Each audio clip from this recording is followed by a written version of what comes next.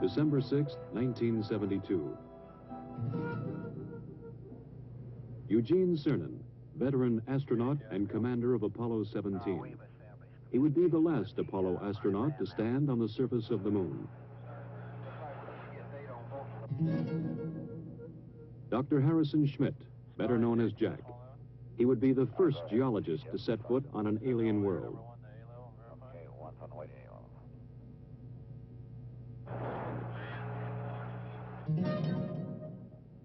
Ronald Evans, command module pilot. He would remain in lunar orbit, operating a battery of experiments that would take this last close look at the moon. In the year 1675, Sir Isaac Newton was asked by his fellow scientist, Robert Hooke, how he had accomplished so much. "If I have seen further," Newton wrote, "it is by standing on the shoulders of giants."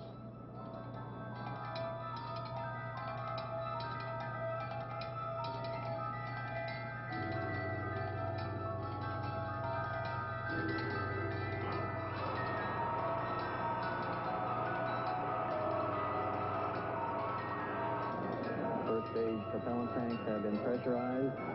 The engines will build up to a thrust of 7.6 million pounds. T-minus 30 seconds. We have a cutoff. We have a cutoff at T-minus 30 seconds. This cutoff was automatic, done by the sequencer. One command, pressurized S4B stage, was not given. And despite the fact that it was going to be done manually, the sequencer, in effect, said, I didn't tell you to do it, and therefore you can't be doing it. So at 30 seconds, it very properly stopped the operation. Most of the work was being done right off the firing room in the Launch Control Center at Kennedy. However, there was a great deal of support from the Marshall Space Flight Center, who had a comparable operational group working there with their contractors. So we concluded that we were safe, and we gave the word to jump route the one signal and proceed, which we did.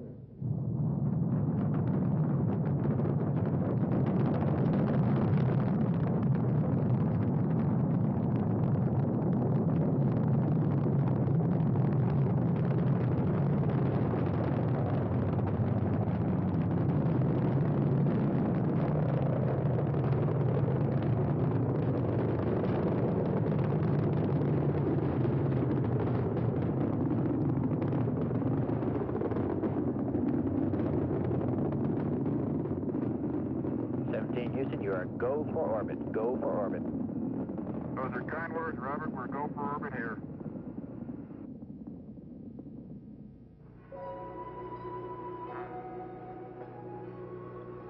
After checking out the spacecraft in Earth orbit, they burned out of orbit and headed toward the moon. Houston, we're right in the middle of a snowstorm. Ron Evans, at the controls of the Command Module America, moved in to dock with the lunar module Challenger. They pulled Challenger free of the booster's third stage, then continued the 3-day coast to the moon. GNS, ATM, ECHO. Even as Cernan, Evans, and Schmitt headed toward the moon, directly below the Apollo-17 control room, Flight Director Don Putty ran his crew through a launch simulation for the first Skylab. As you're probably well aware, we are still working on other programs, Skylab being the prime effort starting in the spring of next year. We're also working on the cooperative mission with the Russians, which will take place in 1975. And of course, we've got quite a few of the flight control team as well as other center elements involved in the work on the shuttle. So it's the start of a new era, I hope. Skylab, of course, will fly in the spring of next year with 3 men going up and spending 28 days, and then 2 months later after they land, we'll put 3 men up for 56 days. They'll come down, and 30 days later, another 3 will go for 56 days. So a year of 73, calendar year, will certainly be a busy one from the standpoint of manned spaceflight. December 10th, 1972. America and Challenger went into orbit around the moon. Houston, this is America. You can breathe easier. America has arrived on station for the Challenger head. The next day, December 11th, Cernan and Schmidt entered the lunar module and undocked.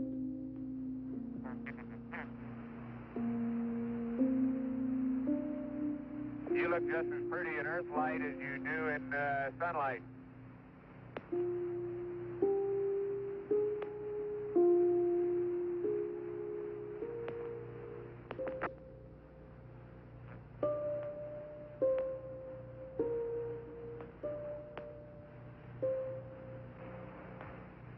Roger, America. Have a good burn. You're loud and clear.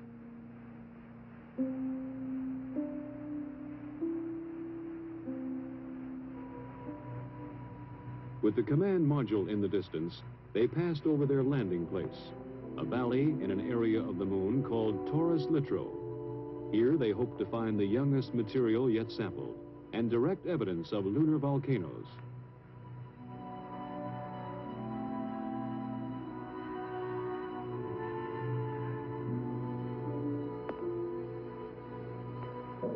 You're looking real good, Gene. Right down the line.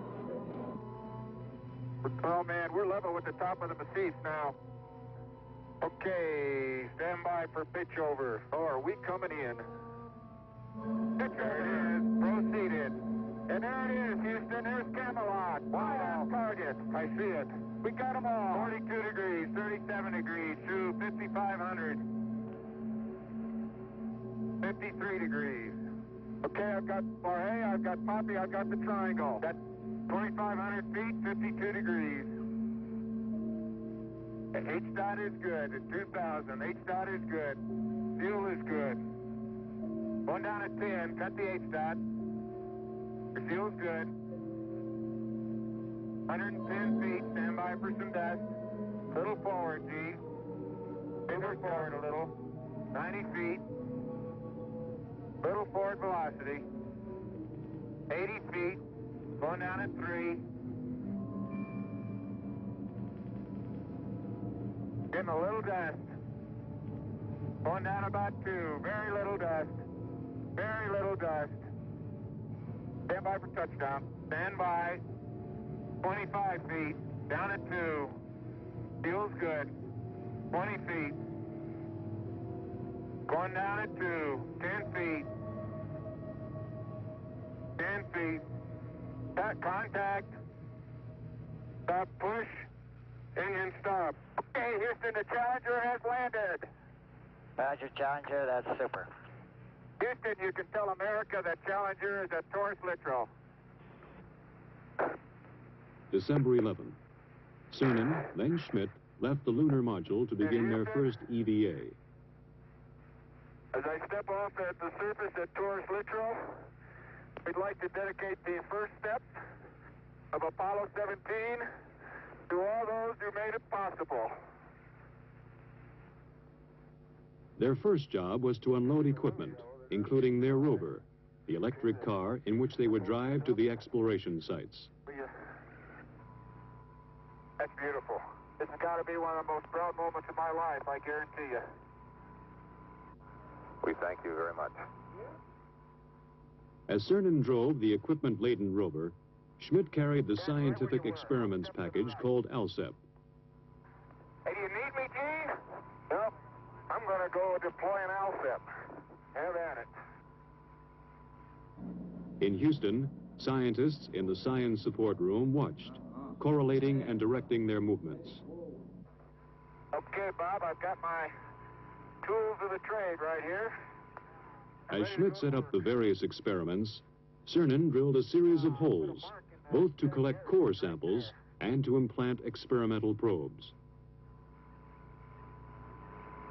Yeah. Well, we're out in the ejecta blanket of Camelot for sure now. Yeah. Man, it didn't feel like this stuff was that hard. No, I'll get it. I knew there was something I needed to do. Get the jack in over here, other side. Let me put some weight here. Not going anywhere. Oh, he's going slowly, Bill. Very slowly. I'm gonna get this thing out now that I got it. boys. You know, that's what you call getting down into your work.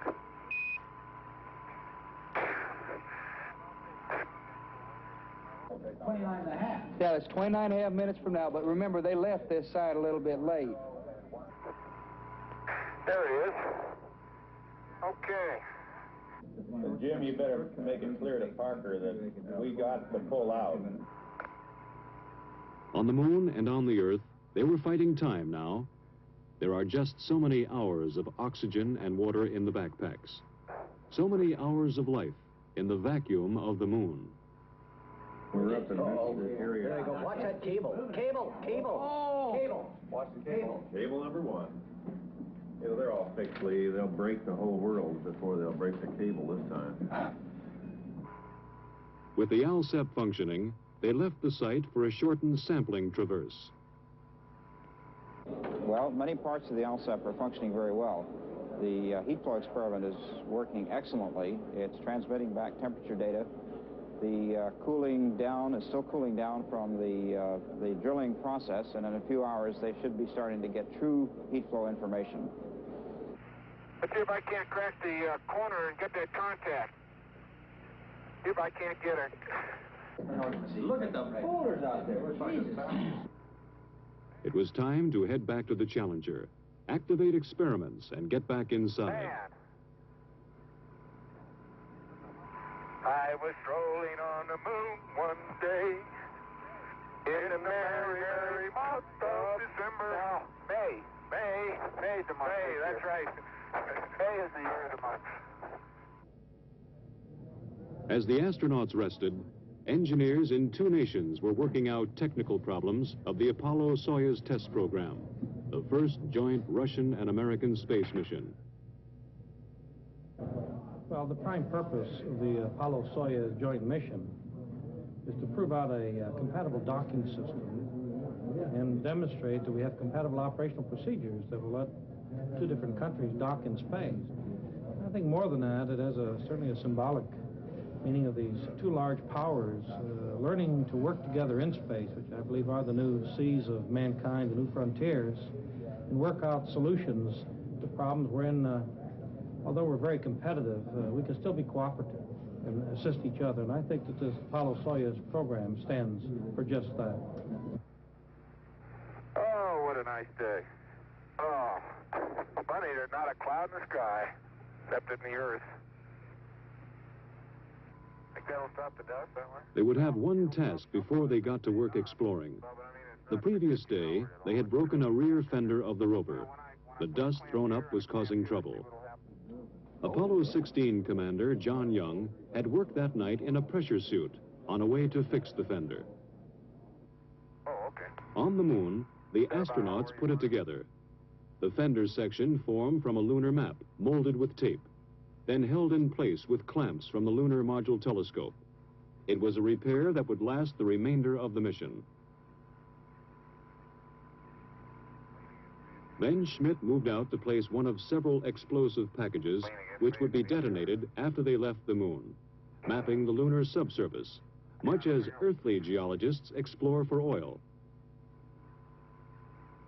Cernan would pick him up in the rover for the drive to the first site on this traverse, Station 2.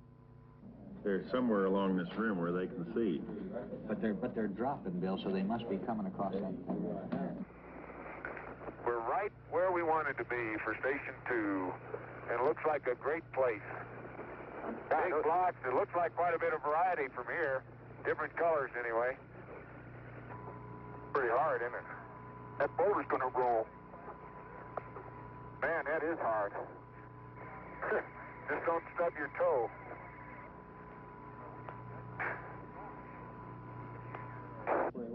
The foreground features are somewhat different, simply because they were farther up under the hill, I think. But otherwise, that's remarkable. Pottery, it's obviously very cohesive because the bottom of the core is not smooth. It's very jaggedy and fragmental-like. Gene's finished with the core tube, then we should be able to go. If we get that all of that.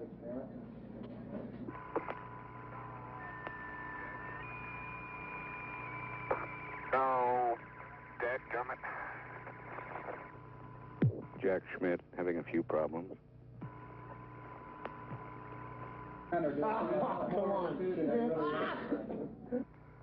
They would sample several locations on this EVA, but none would cause more excitement than the find at the crater called Shorty.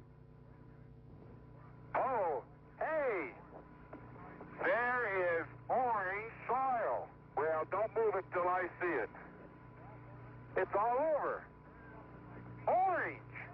Don't move it till I see it. I've stirred it up with my feet. Hey, it is! I can see it from here. It's orange.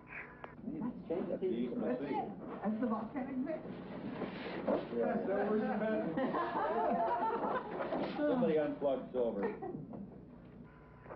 Fantastic, sports fans. It's trench time. Jack, that is really orange. I think it's the most exciting we've come across since the beginning of the Apollo program.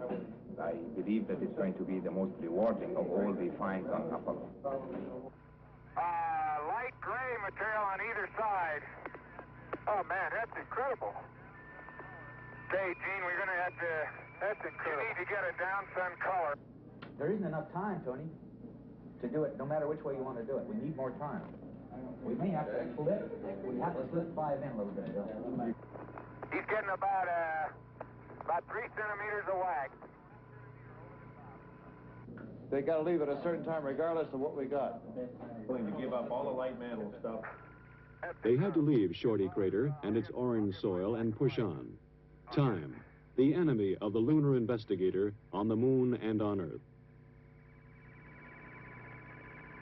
I can't believe we sampled the whole... I can't believe we sampled the whole thing right on.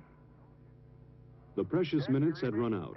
Return to the rover, drive back to the Challenger, close out EVA-2. We'd like you to leave immediately. Okay. My golly, this time goes fast. As the last Apollo crew worked on the moon, the engineers on Earth prepared for tomorrow's day in space. I have a model here of the space shuttle. As you see, it resembles a double-wing airplane on top of a propulsion system. The system is going to be designed so all of the costly parts are reusable.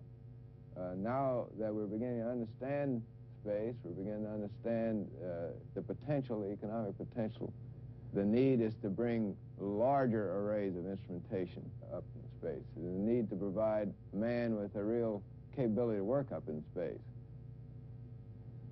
Okay, Bob, I'm on the pad, and it's about 4:30 a Wednesday afternoon as I step out onto the plains of Torres Littoral. Beautiful valley. December 13th. Yesterday, they had explored the south end of the valley. Today, they would go north. Yeah, well, let's ask for an extension. Hey, Jim, this is the last time for you to really go to bat for us, Jim. We know you'll do it for us. An extension for that Yeah.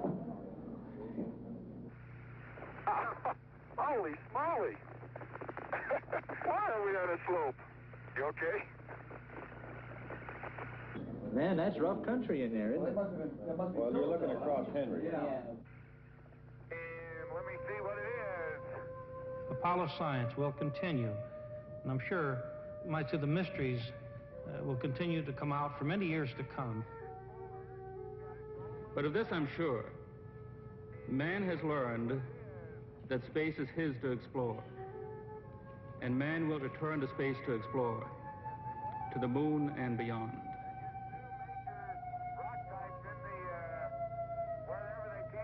I'm firmly convinced that it's changed the whole basis of philosophy, including religion. I don't think that we've begun to see what the era of spaceflight really is. We've got a long way to go, and I hope I'm living when we leave this solar system on a venture to find another planet Earth.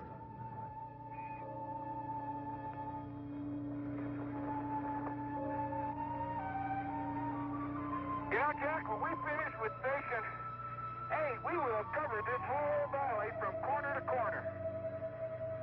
That was the idea. Once more it was time. Gene Cernan and Jack Schmitt returned to the rover to drive back to Challenger. But before they left the surface of the moon, there would be a brief ceremony. It's a rock composed of many fragments of many sizes and many shapes.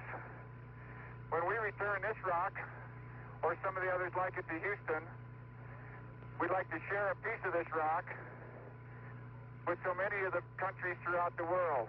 We hope that this will be a symbol of what our feelings are, what the feelings of the Apollo program are, and a symbol of mankind that we can live in peace and harmony in the future.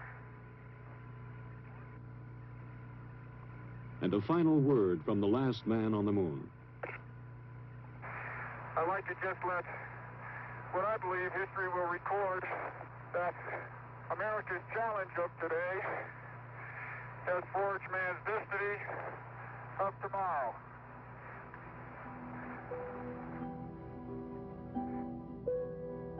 While Cernan and Schmitt closed out the last moonwalk and prepared for tomorrow's liftoff, Ron Evans worked on in orbit. Photograph, observe, describe. Keep operating the cameras and experiments in the Science Experiments Bay. In orbit, as on the surface, the seconds are precious. Possibility at this stage. How is the experiment working now? Working extremely well. We're looking for subsurface geologic structure in the broad sense, layering, for example. This is the infrared scanning radiometer. What does that do? The radiometer measures the temperature of the moon and makes an accurate map of the temperature beneath the spacecraft. It is working with tremendous success. One other thing, how is the experiment working mechanically as far as the man and the machine? The experiment itself, the hardware is working perfectly, precisely the way it was supposed to work. Everything has functioned properly. An important part of the experiment is it requires the man to operate it. 99, proceeded, 3, 2, 1, ignition. Right away, Houston. Vector good. Ag thought. Pitch over. I hear you have good thrust.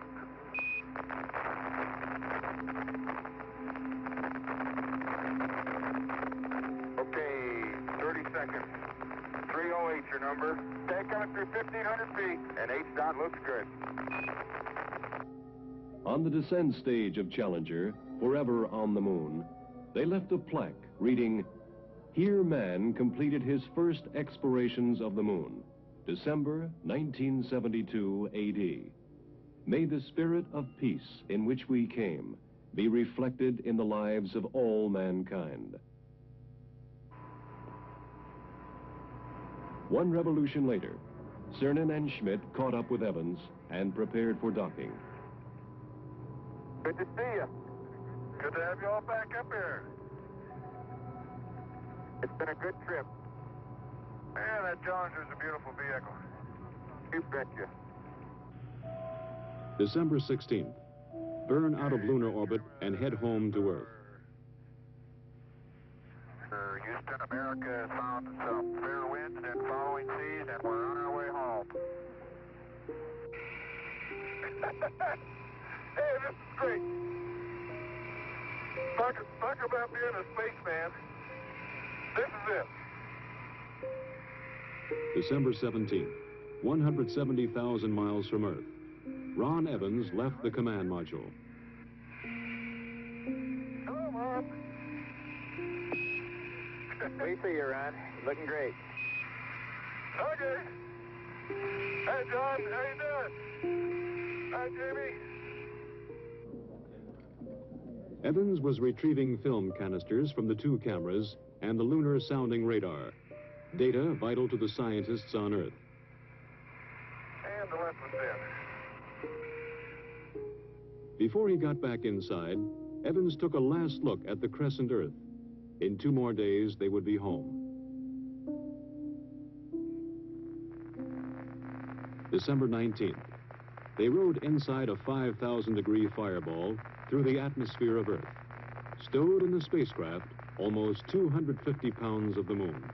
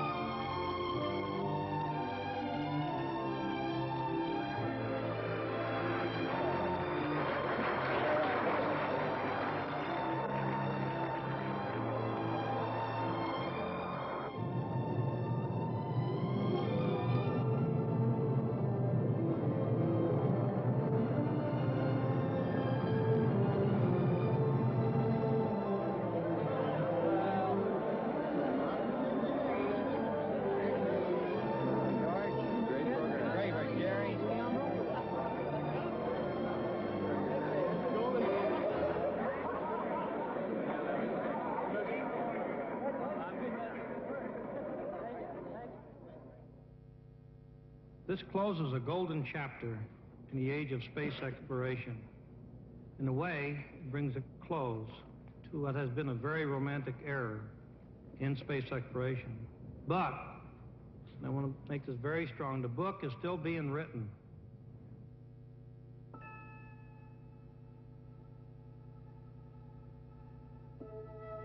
The moon, a lonely world in the absence of man. But here we have left our mark, a signature attesting a legacy to future generations. We stood on the shoulders of giants and touched the moon.